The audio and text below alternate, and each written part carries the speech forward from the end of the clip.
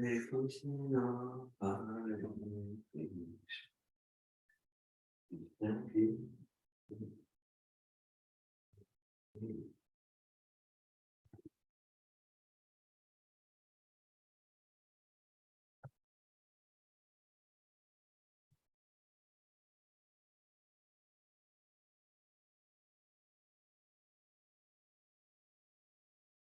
Krishna, dear devotees. Oh, the recording is already on. Hi Krishna. Om Namo Bhagavate Vasudevaya.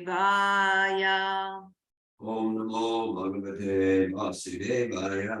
Om Namo Bhagavate Vasudevaya.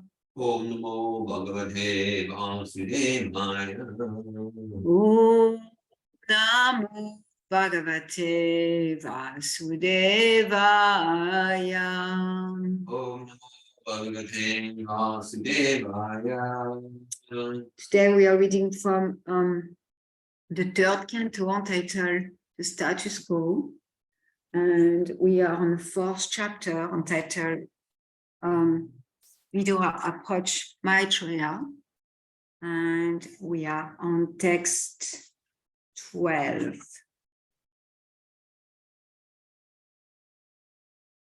Okay, so Srimad Bhagavatam, Canto 3, Chapter 4, Text 12. Sa is Sha, Sado, Sharama, Bhavanam, Asadita, Te, Mat, Anugraha, Yat, Mam, Nrilokam, Raha, Utrijantam, Distya, Dadrishvan, Vishada Anuvitya, Sa esa sado charamo bhavanam, Asaditas mad anugrahayat, Yamam lilokan haha usrajantam, Istya dadrishvam vishadanuvetya,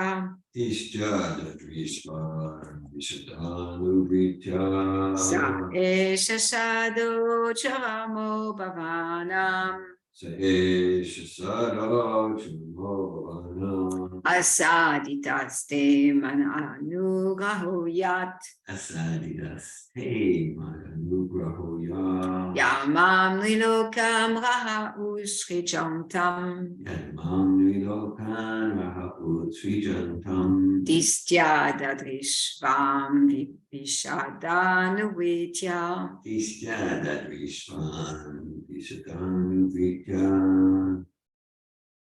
Sa, I did it 2 times or 3 times? You did it twice. Okay. Sa esha sado charamo bhavanam, Asaditas te mananugrahoyat, Yatmam nilokam ra usrijantam, Distya dadrishvam vishadanuvetya,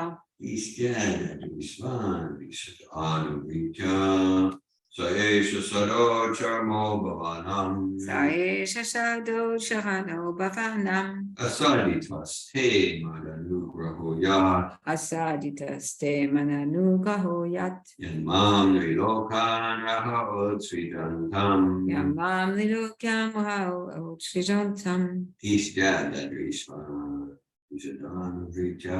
Distya dadrishvam vishadanuvetya. Anyone online would like to chant the verse?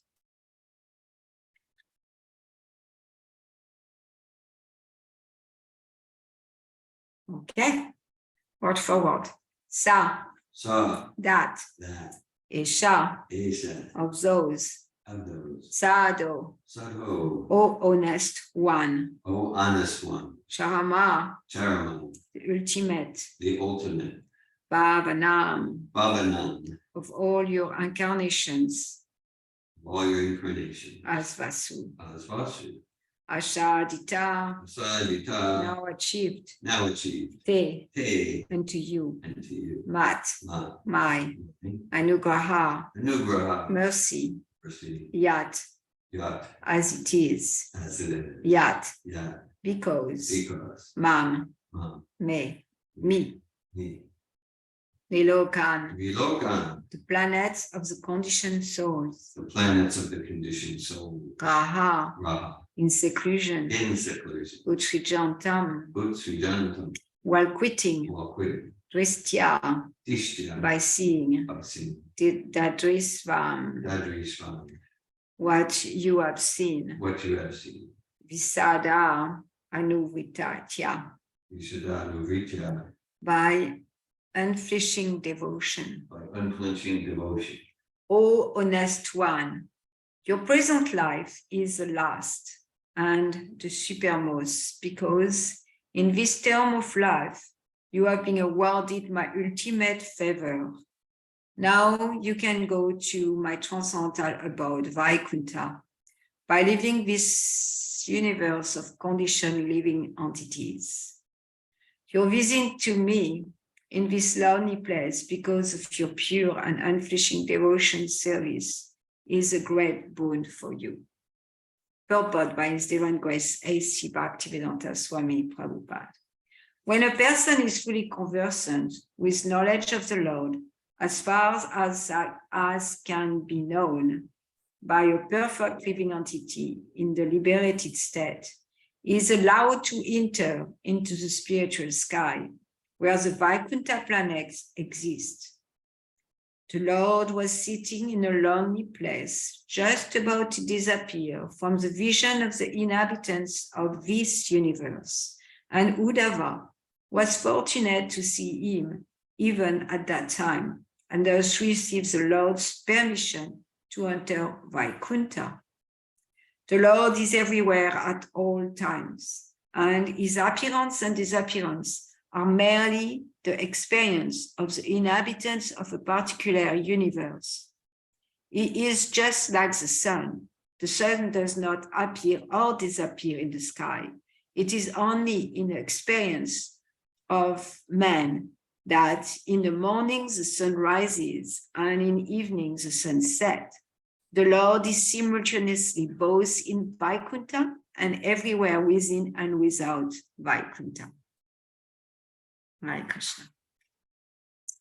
Om Jnanatimirandasya Jnanajala Shalakaya Chakshurun Militam Yena Tasma Shri Gurave Namaha Shri Chaitanya Manobishtam Stapitam Yena Bhutale Swayam Kadamayam Dadati Swapadam Tikam Vandeham Shigu Shiyutapada Kamalam Shigum Vaishnavam Cha Shri Rupam Sagajatam Sagana Ragunatam Vitam Tam Sajivam Sadvaitam Savadutam Parijana Saita Krishna Chaitanya Devam Shri Radha Krishna Padam Sagana Lalita Shri Vishakam Vitam Cha E Krishna Karuna Sindhu Dina Bandhu Jagatpate Gopesha Gopika Kanta Radha Kanta Namostute Tapta Kamchana Gorange Radhe Vrindavaneshwari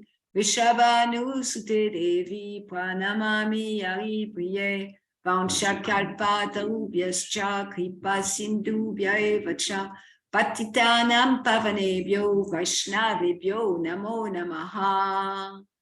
Jai Shri Krishna Chaitanya Prabhu Nityananda Shri Advaita Gadadhar Shivasari Gaura Bhakta Vrinda Hare Krishna Krishna Krishna Hare Hare Hare Rama Rama Rama Hare Hare Namam Vishnu Padaya Krishna Prasthaya Bhutale Shrimate Bhakti Vedanta Swamini Namine Namaste Sarasvate Deve Gauravani Pacharine Nirvisesha Shunyavadi Pasyacha Dejatarine Mukam Kotivachalam Pangod Lankayate Grim Yatripatamam Vande Sago Dejatarinam Narayanam Namaskritya Naram Chaiva Narotamam Devim Sarasvatim Vasam Tato Jaya Mudirayat. Before reciting the Srimad Bhagavatam, which is the very means of conquest, one should offer respectful obeisances unto the personality of Godhead, Narayan, and to Narayan, which is the supremest human being, and to the goddess of learning, Sarasvati, and to the author Srila Vyasadeva, Mother Sarasvati. Hare Krishna. Oh, honest one. Your present life is the last and the supermost, because in this term of life, you have been awarded my ultimate favor. Now you can go to my transcendental abode, Vaikuntha, by living this universe of conditioned living entities.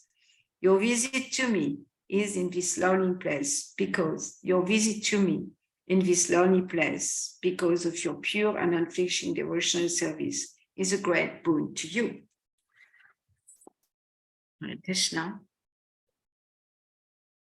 So there is so much to this, and I think it's important to situate the context here, because there's at the beginning, let's see, I took some notes about text 5. Text 5 of this same chapter, we are going to hear about the decision that Uddhava made.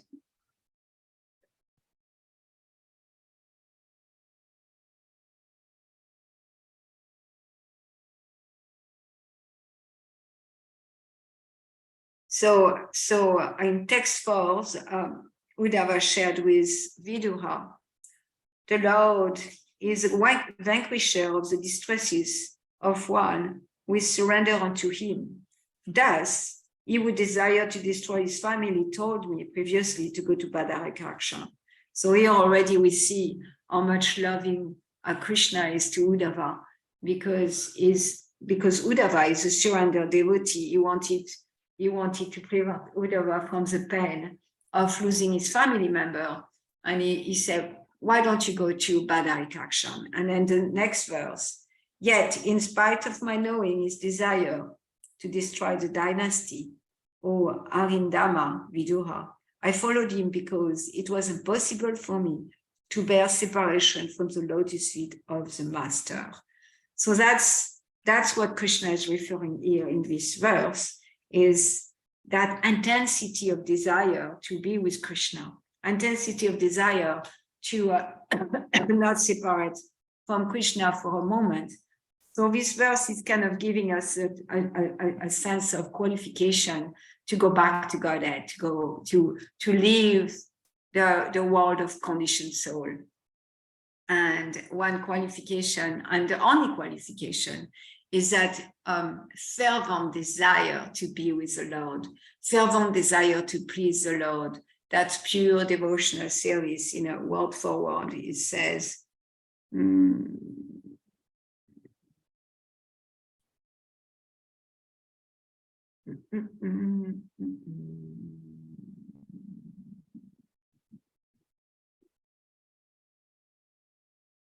by unflinching devotion, that's the last words, by unflinching devotion, because this unflinching devotion is Vishada Anuvritya, is by unflinching devotion. So a devotion that doesn't flinch, like Savai Punsa Parodharmo Yato Bhaktiyat Doksaji Ahaitukiya Pratiyata Yayatma Suprasidati. Like the supreme occupation dharma, the supreme param dharma, the supreme dharma for all being, all human being, is that by which one render devotional service, and for that devotional service to fully satisfy the self, to fully satisfy our real being, it needs to be unmotivated and uninterrupted, unmotivated and uninterrupted. And then it can satisfy the self. So unflinching means, to me, unmotivated and uninterrupted, like Sutta Goswami said. That's quality of devotional service. And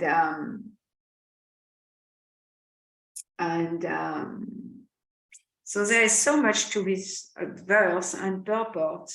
And one thing we can look at is how there is a repetition of knowledge in the Bhagavad Gita and in Srimad Bhagavatam and in the Chaitanya Charitamrita. So I want to read a little bit from all of them to see how, in fact, the knowledge is the same. It's the same. In the Bhagavad Gita, we get everything. And then in the Srimad Bhagavatam, we get everything, and everything is more complete. It's not like we get more, but everything is more complete.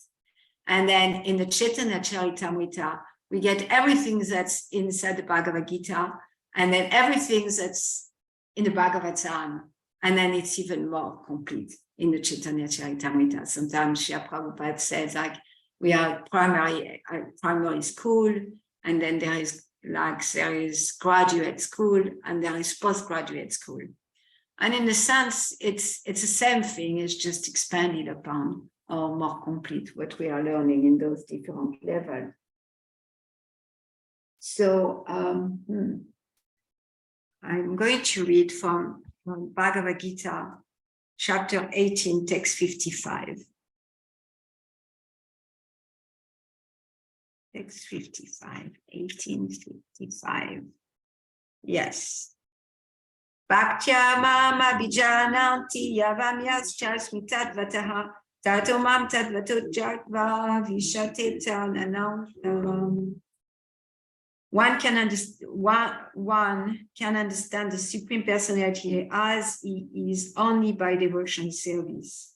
And when one is in full consciousness of the Supreme Lord, by such a devotion, he can enter into the kingdom of God. So here he said, you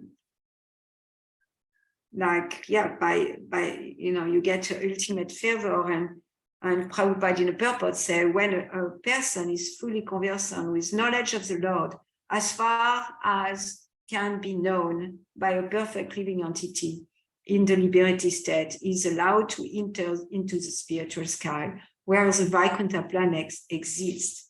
So we are not going to know the Lord in full, because even the Lord himself doesn't know himself in full, because he always expands. So there is a competition between his expansion and his knowledge of himself. It's described in a prayer by the personified Veda, how that competition is always there. So even the Lord doesn't know himself. So when to speak of us, a tiny and infinitesimal part and parcel of the Lord, we're not going to know the Lord in full. However, we know what the Lord wants us to know.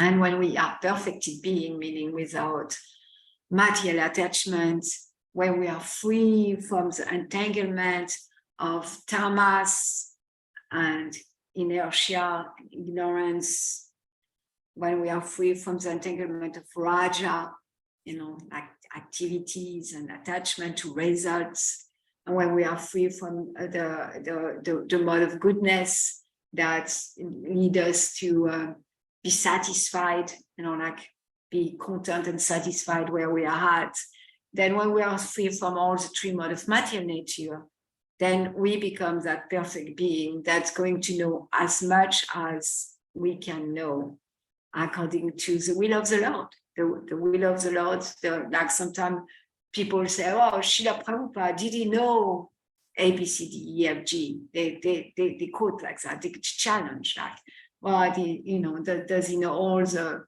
chemistry table, or does he know whatever? And in a sense, Srila Prabhupada knows everything that he needs to know in order to do service. And that's revealed to Krishna, by Krishna at any moment. And of course, he knows Krishna because he's a friend of Krishna. And he's constant connection with Krishna. He never leaves the association of Krishna. Like Uddhava didn't leave the association of Krishna. Srila Prabhupada never left the association of Krishna. So of course he's always with Krishna. The pure devotee doesn't leave Krishna. He holds on to Krishna's lotus feet at every moment, and he is never separated from Krishna. So one can understand the Supreme Personality of Godhead as he is only by devotional service. And when one is in full consciousness of the Supreme Lord, by such devotion, he can enter in the kingdom of God. So the way to learn about Krishna and to know Krishna and to have the knowledge that Srila Prabhupada is speaking about in this purport, fully conversant with knowledge of the Lord, is through devotional service, not through learning shloka, not to reading books, not to try to control the knowledge and control our learning. And it is appear to our heart, like Patram Pushpam Phalam Dayam. So if one offer me even a leaf or some water, which is available by everyone can offer a leaf or some water to the Lord. And it's qualified there with devotion, with love, then, then I will accept it. So the main ingredient to get knowledge from the Lord is that love and that devotion. So let's read the purport. The Supreme Personality of Godhead, Krishna, and his plenary portion cannot be understood by mental speculation, nor by the non-devotee. If anyone wants to understand the Supreme Personality of Godhead, he has to take to pure devotional service under the guidance of a pure devotee. So Anya Bilasita Sunyam Gyana Karma Anyovitam Anukulina Krishna Nushilanam Bhakti Uttama. So we have to practice pure devotional service under a pure devotee. And we cannot get pure devotional service from a source that's empty of pure devotional service. We can only get pure devotional service from pure devotional service. And thus we are going to get the guidance of a pure devotee in this life. We are naturally going to be, to our sincerity, to our Agyata Sukriti, spiritual Sukriti from previous lives, we are going to meet a devotee. Manda Bhamiti Kona Jiva Bhagavanji Guru Krishna Prashadepai Bhakti Lata Beach. So we are wandering to 8,400,000 species of life, one after another, taking birth in different species of life, animals like grass, trees, and then we come to the human form of life. And then when we come to that human form of life, maybe we are going to be fortunate. Bhagavan, I think it's great fortune. Bhagavan Jiva. The Jiva, the Bhagavan, the great fortune of the Jiva is to get Guru Prasad, to get the mercy of a Guru, to get the mercy of someone who has pure devotional service, who carry it. And by carrying that devotional service, we can get it. So under the guidance of a pure devotee. Otherwise, the truth of the Supreme Personality of Godhead will always be hidden. It is already stated, Naham Prakasha, that it is not revealed to everyone. So the Lord is not revealed to everyone and is fully revealed to Uddhava, to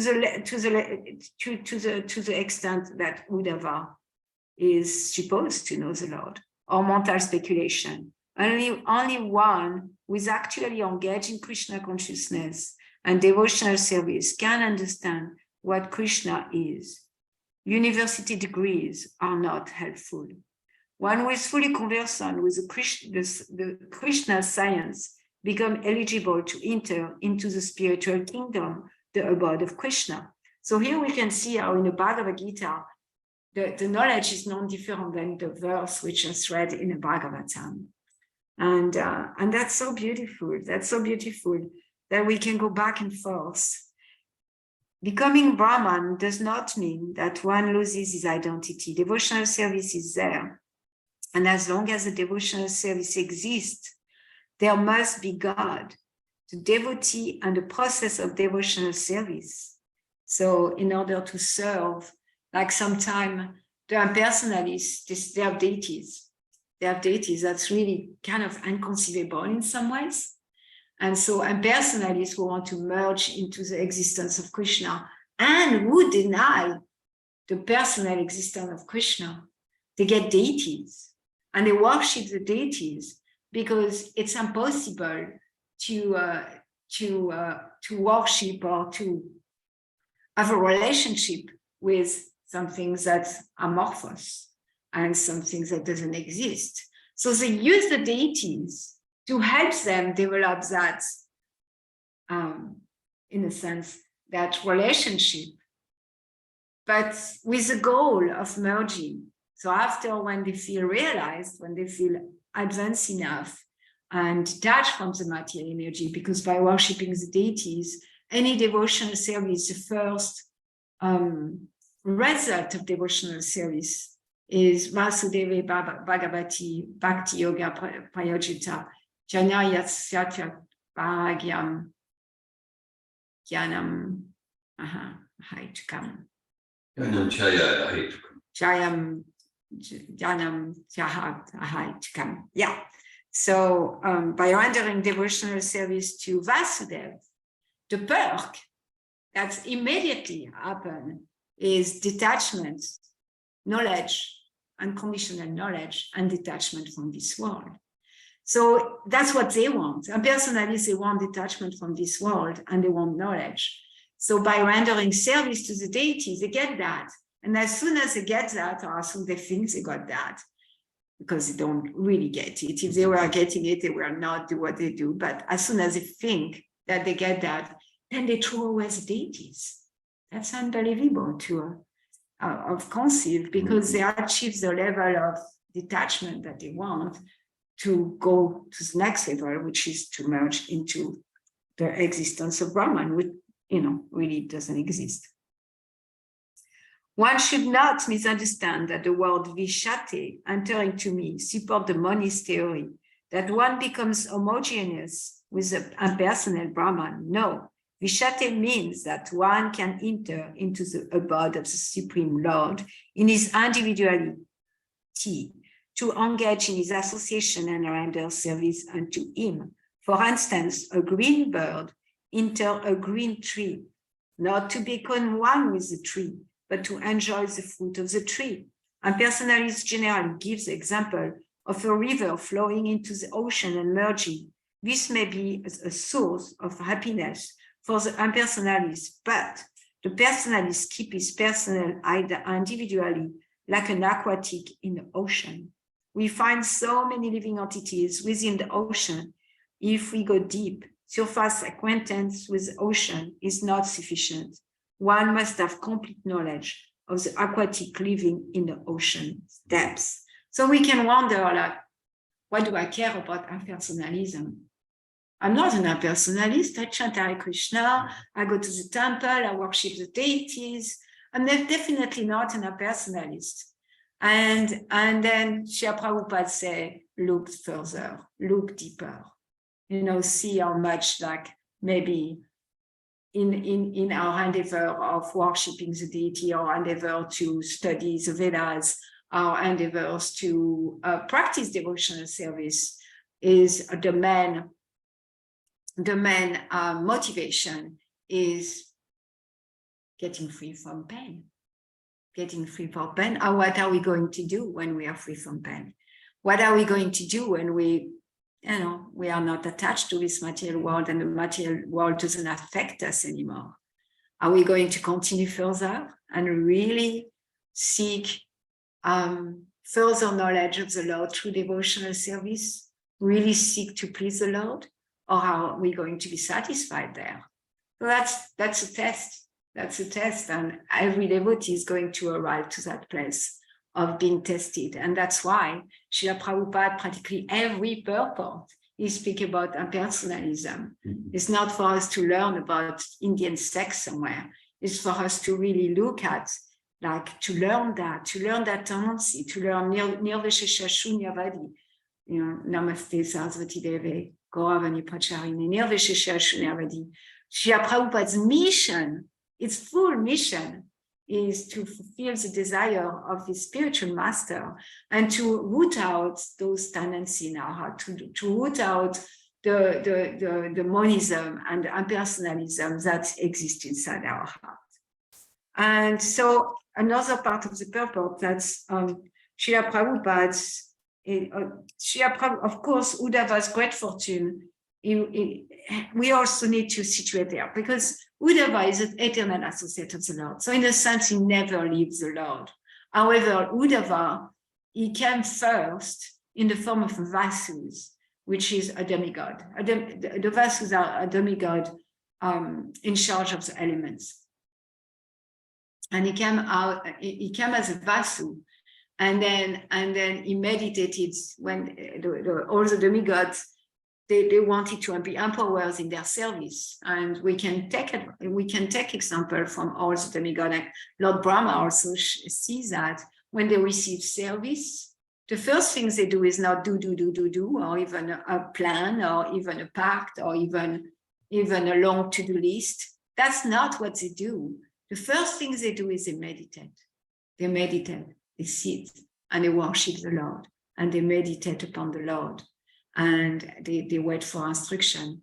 I read the biography of Yamuna Devi, and Yamuna Devi, she was very dear to Srila Prabhupada, very special. I think Srila Prabhupada and Adar had an eternal associate. That's my speculation on what I read and what I know about Yamuna Devi. And when she was ready to cook a feast, let's say it was Prabhupada appearance day or Prabhupada disappearance day or Janmashtami or Gaurapunim, the first thing she will do, she will go and sit in front of the deities. And she will just stay there and meditate how to serve them. Please engage me in your service. Please engage me in your service. And just sit there with some paper around her. And then she will wait. And then as she was waiting, then she will receive instruction about what prep to cook, how to cook them, but also how to present them, how to decorate the plate, how to do everything. And sometime Dinatarini, who was serving with her and living with her, she says sometimes she will sit like that for 3 hours. 3 hours of being in the front of the deities and just waiting. And Lord Brahma did that for thousands of celestial years. Lord Brahma sat like that, really waiting for instruction, waiting, what do I do? The first book I read when I came out of my chemo and radiation head of, like vegetative brain, it was a book by a Catholic nun, was also a hermit. She was living in a mountain. She still lives there half of the year, I think, in the south of the Alps, in a mountain where there is snow and all that. But she lived many years. Like, I don't remember how many years right now, but maybe 10 or 15 years. She lived alone there. And she says the same thing. She said the same thing, that even so, in a sense, she knew the task of the day, because a hermit's life is a really intense life, even more so in a mountain. In a winter, she had to gather wood and make fire and go down, the hill to get water and bring the water back. So, and, like she always knew what needed to be done for the day. However, she also, our practice was mainly contemplation, not the anti-silence of the Buddhism. There is difference. There is quality of silence, can be very different. There is such a thing, contemplation, and a silence that's so full of God. So that's what she was practicing, that kind of contemplation as a Catholic nun. And so she will do her contemplation, she will do her service, her sadhana in the morning. And then before moving, before going about her day, or cooking or gathering wood, in the summer, she was making sure the trail are not dangerous and fixing the road and doing all kind of things. Before going about her daily task, she will get instruction. She will meditate on the super soul inside the heart to get instruction about what to do. So same thing, the demigods, they do that. And specifically that specific Vasu, he was just meditating on, he wanted the association of the Lord. And nothing else. He just wanted the association of the Lord. And then that was granted to him. And in his next appearance, he became, of course, Uddhava never leaves the spiritual world, but in his next manifestation, expansion, he became Uddhava, thus the eternal associate of the Lord in the pastime. If you remember at the beginning of Krishna book, when Mother Earth is complaining because there's too much military strength on her back, she goes to Lord Brahma, and Lord Brahma go to the ocean of milk, speak to Kshirodakashayi Vishnu, and then Vishnu speak and say, okay, I'm going to come in my original form, because Kshirodakashayi Vishnu is a expansion of the plenary expansion, I believe. And so is not the original form, and he knows that. And he said, I'm going to appear as in my original form. And you demigods, you are going to take birth in the Vrishni and the Yadu dynasty. So that's what the Vasu, specific Vasu, that was that soul, that's Uddhava, did. He took birth in a Yadu dynasty. So I'm going to go to the Chaitanya Charitamrita, because I wanted to show our three of our Bhagavad Gita, our Srimad Bhagavatam, and Chaitanya Charitamrita kind of present same theme in more completeness. So in a big theme for Prabhupada's purport is the Lord is everywhere at all time, and his appearance and disappearance are merely the experience of the inhabitant of a particular universe. So in the Chaitanya Charitamrita, in chapter 20, verse 381, we have an expansion on that. And very much expanded, like almost to our mind-boggling level. So, okay. So this is Chaitanya Charitamrita, Madhya Lila, chapter 20. The Lord instructs Sanatana Goswami, and text 381. So I'm not going to read the Bengali. That's Lord Chaitanya. He, when Sanatana Goswami he escaped prison, he went to see Lord Chaitanya in Prayag or Allahabad? In Prayag, and then he arrives there, and then the Lord gave him for 2 months, he instructed every single day, he instructed Sanatana Goswami, and we know the Goswamis, their service, as instructed by Lord Chaitanya, is to expand, to scrutinize the Veda, to expand and to present the knowledge for our benefit. So here is what Lord Chaitanya says about the appearance and disappearance of the Lord. When Lord Krishna appears from moment to moment, he exhibits his different pastime, beginning with the killing of Putana. All these pastimes are eternally being demonstrated one after another. The consecutive pastime of Krishna are manifest in one of the innumerable universe moment after moment. There is no possibility of counting the universes, but in any case, some pastime of the Lord is being manifested at every moment in one universe or another. So that's the same thing Prabhupada is saying in the purport. Thus the Lord pastime are like flowing Ganges water. In this way, all the pastime are manifested by the son of Nanda Maharaj. The Lord Krishna exhibits his pastime of childhood, boyhood, and pre-youth. When he reaches pre-youth, he continues to exist eternally to perform his rasa dance and other pastimes. Description of Krishna's eternal pastime are in all revealed scriptures, but one cannot understand how they are continuing eternally. Let me give an example by which people may understand Lord Krishna's eternal pastime. An example can be found in the zodiac. So that's the exact example Srila Prabhupada takes in this purport. The sun moves across the zodiac day and night and crosses the ocean between the 7 islands, one after the other.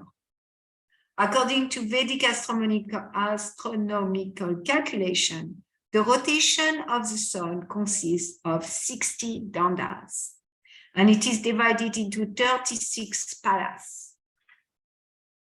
The sun rises in step, consisting of 60 palaces. 60 palas equal 1 danda, and 8 danda comprise 1 prahara. Day and night are divided into 8 praharas, 4 belonging to the day and 4 belonging to the night. After 8 prahara, the sun rises again. So we can see how it's very expanded from like sunrise, sunset to like the details of the moment to moment rising of the sun that's divided in, if you count like there is 8 prahara for day and night, and the prahara is 8 dandas, and a danda is 60 palas. So we can see it's almost moment to moment that there is a description of the sunrise. Why? Because moment to moment there is a description of Krishna's pastime. So that, that expanded analogy that's given here in the Chaitanya Charitamrita, which is the postgraduate, really bring it down to like the sun doesn't simply rise. It rises in moment to moment that are called palas.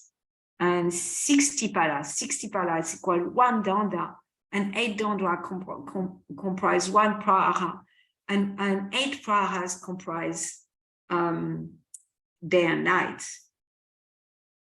For in the night for it. So it's like really making that sunrise divided by, my brain will not calculate all that, but is thousands of moments, thousands, maybe millions of moments.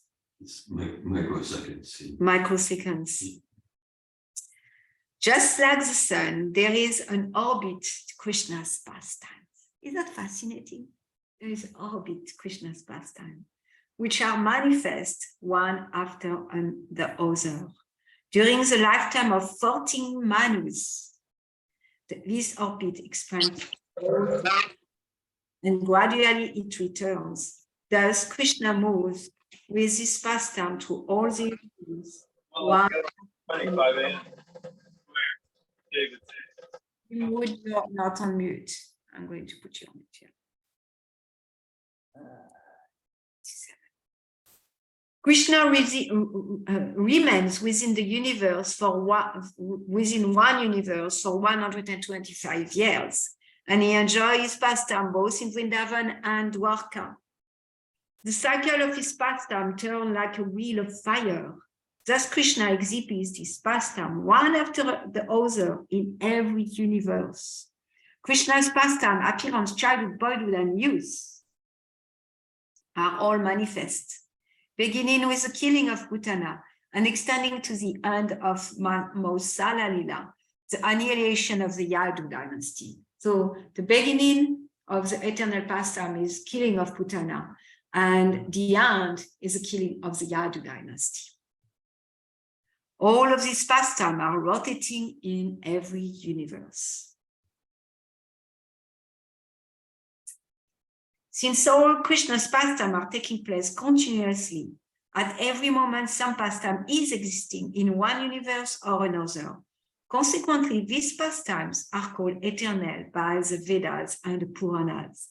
The spiritual abode known as Goloka, which is a pasturing land for Surabhi cows, is as powerful and opulent as Krishna. By the will of Krishna, the original Goloka and Gokula Dham are manifest with him in all the universes. The eternal pastime of Krishna are continuously taking place in the original Goloka Vrindavan planet. These same pastime are gradually manifest within the material world in each and every Brahmanda. Okay, so like in Alachua, okay, the sun was just rising, and then this evening the sun is going to set. And for us, we think like, okay, this is daytime and this is nighttime, and the sun is rising and setting. But from the point of view of someone who will travel at the speed of the light, then the sun never sets and the sun never rises. The sun is always present. So similarly, the appearance and disappearance of the Lord are just according to the observer and the inhabitant of one universe at a time. But in reality, those pastimes are eternally manifested within the material world, in one universe and another. And in every universe, the Lord's perform his pastimes and manifest his pastime, appear once in the life, in the day of Brahma, a Brahmanda, which is 14 manus. So within 14 manus, in every universe, there is one time that Krishna manifests himself. And what's far out is like we imagine that Krishna manifests in only one universe, but in reality is manifesting in such a way that every moment, like the microsecond of the sun rising that we read about, every moment, microsecond of moment of Krishna is eternally manifested in the material world. Is that so far out? Like at this moment, Uddhava is hearing from Krishna in one universe.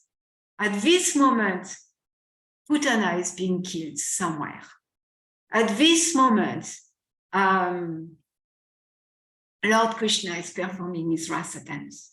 Now, just now, Lord Krishna is performing his rasa dance. So every moment, that's why the sun description is so important, that, you know, like those microsecond, they are always manifesting, because the sun is, in a sense, always rising and now always setting and always at the zenith. The sun is always at the zenith somewhere.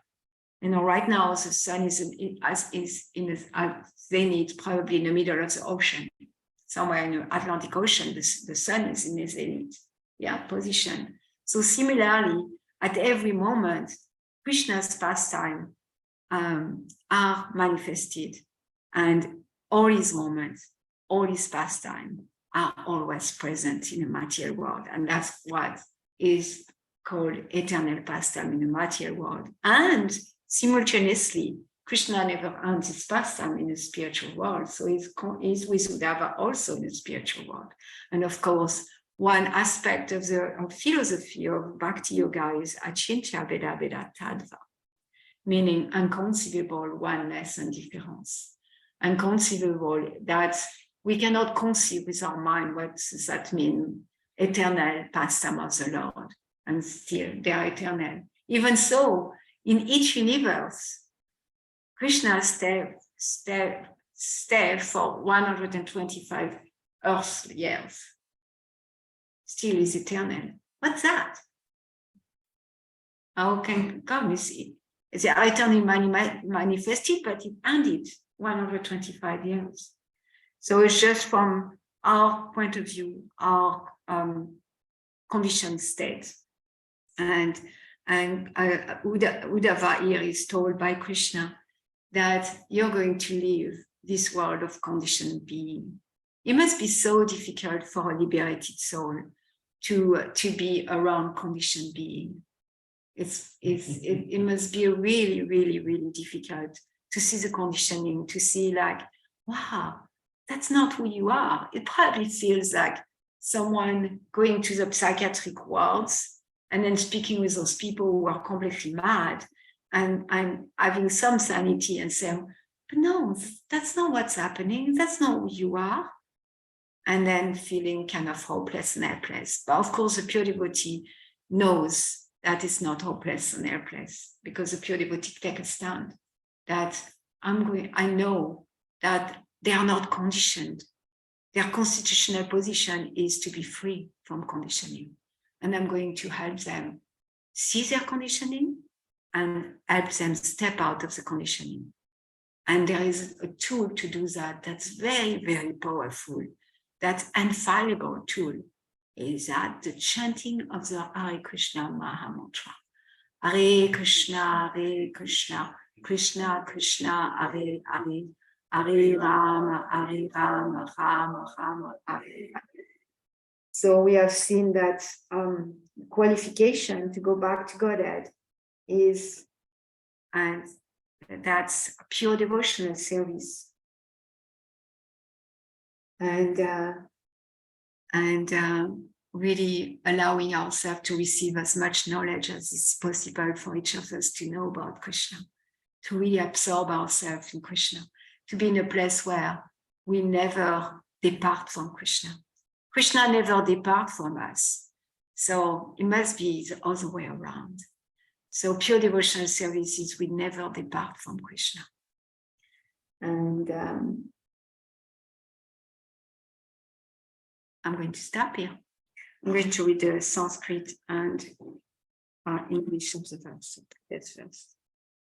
Sarisha sado charamo bhavanam asaditas mad anukauyat yamam nilokam raha ut shritantam tvistya dadrishvam visha danuvitya.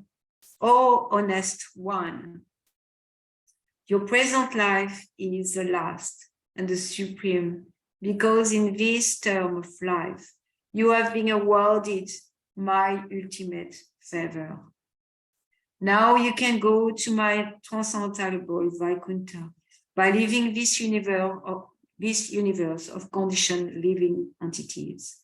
Your visit to me in this lonely place, because of your pure and unflinching devotional service, is a great boon for you. So Krishna said to the gopis, I cannot repay you, because the Lord is bound by our love. I cannot repay you, and be satisfied with devotional service. So it's a little bit here also, like your visit to me in this lonely place, because of your pure and unflinching devotion service, is a great boon for you. That's eagerness, that unwillingness to be away from the Lord is a great boon to Uddhava. And it can become a great boon to us too. Hare Krishna, any comment, question, challenges, anything you would like to share? Hare Krishna.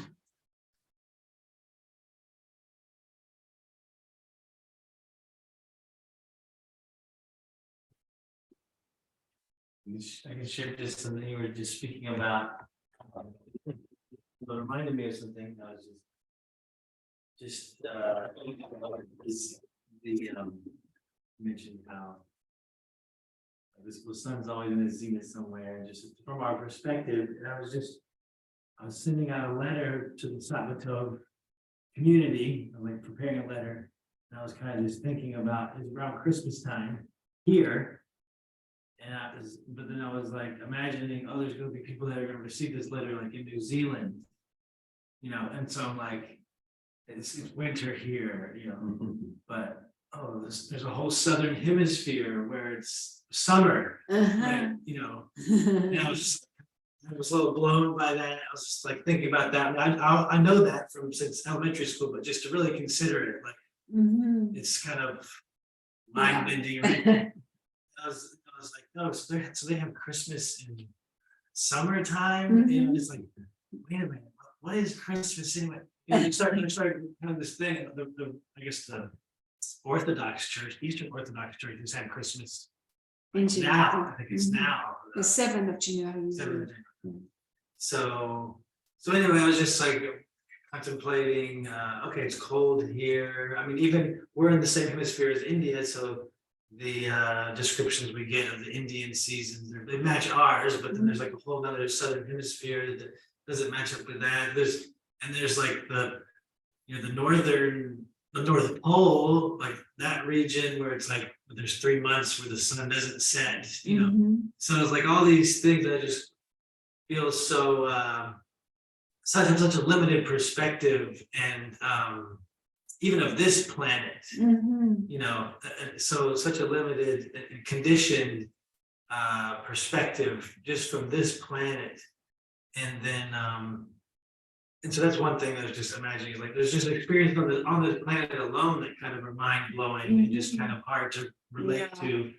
And then I also was just kind of along that line also, every once in a while I'll just see like a video on Facebook or something or YouTube where it's just somebody doing something that's absolutely extraordinary. Like I saw somebody, whatever, he was like playing the piano by juggling, or like he was like, anyway, just things like that. Like he's playing the piano with his feet while he's juggling, or he's like using the balls to play the piano. Just, I don't know, just all these different like abilities or potencies that are like inconceivable, you know. And that's like, you could look at so many YouTube videos and find stuff like that.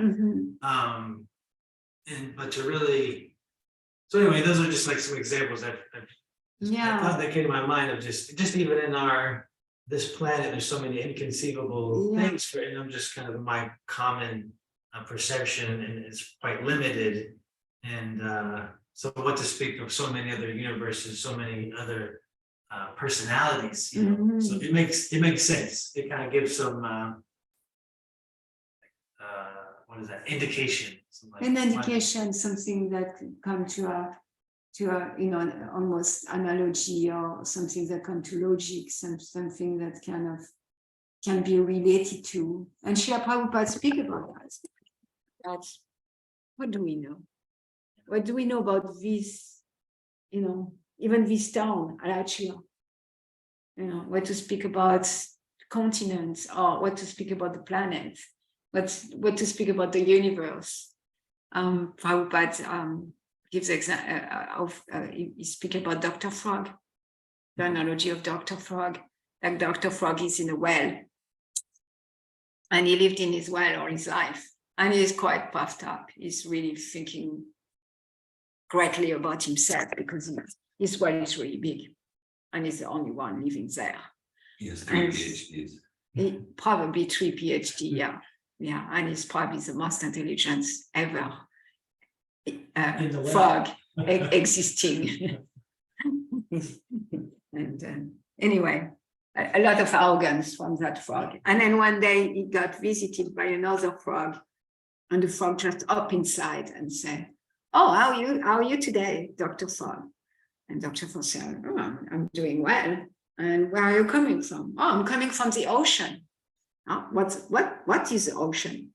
"Oh, the ocean is a big place, big body of water." And Dr. Frog said, "As big as my well?" And then the other frog said, No, much bigger." "Okay, 2 times my well?" No, much bigger.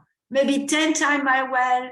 No, much bigger." And of course, you know, like the crushing of the ego of Dr. Frog, and he began to blow, like he began to become so puffed up that he made himself, he's like so big that, you know, and then he was so puffed up with his well being the biggest thing in the world that he exploded and died. I may have missed some part of the story. But to come back to your story, I will tell you a similar story. I really appreciate, like Christmas is something that belongs to the winter. Oh, but in New Zealand, it's in summer. So Christmas is part of the summertime. And then a day means the sunrise, the sunset, but someplace on Earth, the sun never sets for a few months, and sometimes it never rises. Yeah, and this year somehow something happened. My mom called me, and it was 7 p.m. and my mom called me, and she said, "Happy New Year," and I said, "Happy New Year, Mom." And then after that, I share with my daughter. I say, "Yes, for my mom, she was in 2023, but I was in 2022." So we were both speaking, and we were existing in 2 different years. Of course, the existence of the years is very relative, but everything is relative. That's a theory of relativity of Einstein, because Einstein was so connected, that's inconceivable. The knowledge that Einstein was able to gather. And I do believe that there is, he gathering so much knowledge and expressing and teaching, was like deeply connected with Super Soul, and including the theory of relativity. That's what we are touching about. Yeah. Srila Prabhupada appreciated Einstein. He said he basically got it right. Yeah, he got it right so much. He got it right in so many ways. Yeah. I see back to you, Aziz. There is hand raised. Hare Krishna, dear Malini. Thank you so much for morning program. There were 2 things that stood out to me. One, during your class, I remembered a samskar I had that when I was a child, relating to Jesus's pastime of leaving the planet. I was sick. I think I had pneumonia or something, and I was reading these children's devotional books, and there was an image in one of the books of, the moment where Jesus raises to heaven, when he departs the planet, and the disciples are there, everyone's there. And I remember feeling, I was 8 years old, I think. I remember feeling such sadness in that moment from separation from him, and also the sense of desperation or despair at being left behind and not knowing what to do. And this verse speaks very much to my heart, because to know now and to hear and read this verse and know that what to do could be as simple as taking that desire and even an ounce of sincerity and going outside and taking a leaf from a bush and offering it to Prabhupada, to offer to Krishna. That just speaks so much to my heart. That can be, that simple thing can be a way to go, to get closer to gaining that association back. So I feel very enlightened by this idea of just devotional service and how it can look like. And then the other thing that really stood out to me also from this lecture was, you said something, we were talking about impersonalism and how often Prabhupada, warns us of the trap of impersonalism in so many purports and so many verses.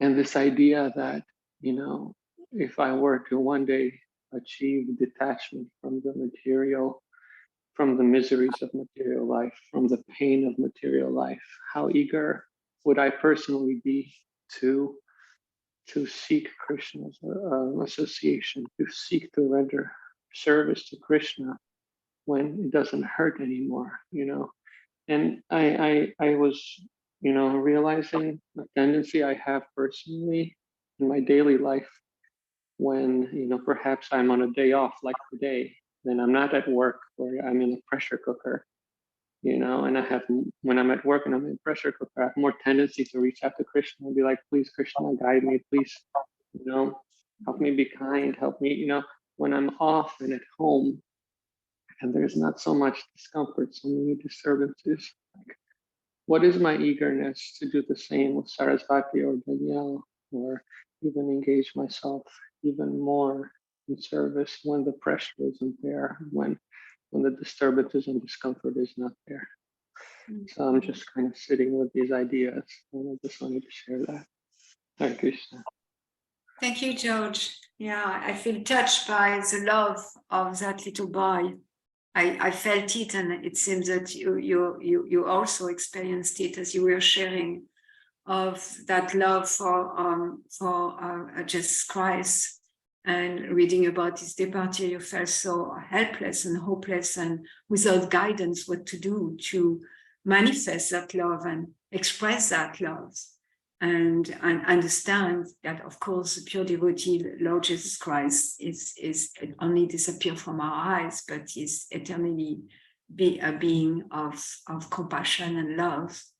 And you know, tapping into, yes, your deep expression of love could be as simple as grabbing a leaf and offering it to Srila Prabhupada, and Prabhupada offering it to Krishna. And there is a recipient. There is a recipient for that natural love, and it was really deep for you as a child. I can experience that. And yes, there are personal. Yeah. So how much of our practice is like, I'm tired of this material world. You know, often they would say, I just want to go back to Godhead. But in that, there is so much like, I just don't want to suffer anymore. It's nothing to do with going back to Godhead. I hear that all the time. I just want to go back to Godhead, and it's like it's synonymous to I don't want to suffer anymore. I don't want the trouble of this material existence. I don't want the trouble of the responsibility. I don't want the trouble of relationship. And that's why, like Queen Kunti, she prayed, may this calamity come again and again. Because when those calamities are here, we can see you, Krishna, face to face. And so much of our spiritual life is intensified by those calamities, by those difficulties, by the pressure cooker, like you're saying. And how to keep it as intensified when things are easy, when things are smooth, to really still be like, I don't want to be here. I don't belong here. Where I belong is at the lotus feet of Sri Krishna. And where I belong is pleasing the spiritual master. My purpose in this life is to fulfill the mission of Srila Prabhupada, fulfill the mission of love of Krishna, wanted to reclaim those conditioned soul, and there is nothing else. Like being eager like Uddhava. Uddhava is so eager to be with the Lord, to have that exchange of love, to really feel like, Krishna is a person. I want to know him. I want to be with him. I want to, like George Harrison, like really want to know you, Lord. I want to be with you, Lord. And there is nothing else in my heart, like the Vasu was praying in that way. Thank you very much, George. Hare Krishna. Hare Krishna. Thank you all for being churning the nectar of Srimad Bhagavatam together. Grant Raj Srimad Bhagavatam ki jai, Srila Prabhupada ki jai. Go up in the